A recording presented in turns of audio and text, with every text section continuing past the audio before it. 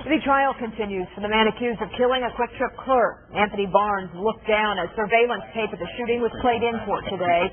A confessional tape was also shown to the jury on which Barnes admits to pulling the trigger. A prison cell or a room at the state mental facility in Larned. Those are the two places Anthony Barnes could end up at the conclusion of that trial.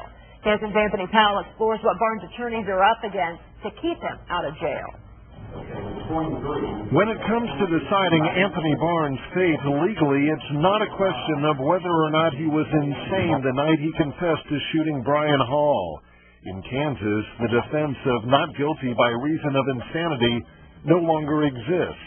Instead, an accused is permitted to put on evidence to show that by reason of mental disease or defect, the accused could not form the mental state required by the charged crime. So far, some witnesses have indicated Barnes appeared to be suffering from some type of mental illness the night of the tragedy. Yes, he stated that no one can help him. He just kept coming towards me and said, "Stop laughing, stop laughing."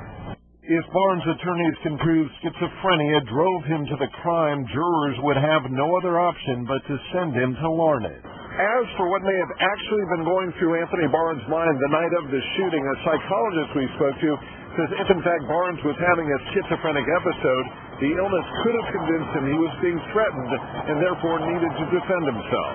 Schizophrenia is always a disorder involving some mental cognitive thinking process is distorted. And as a consequence, they misinterpret. And if someone is misinterpreting what threat is to them, that's when things can get dangerous.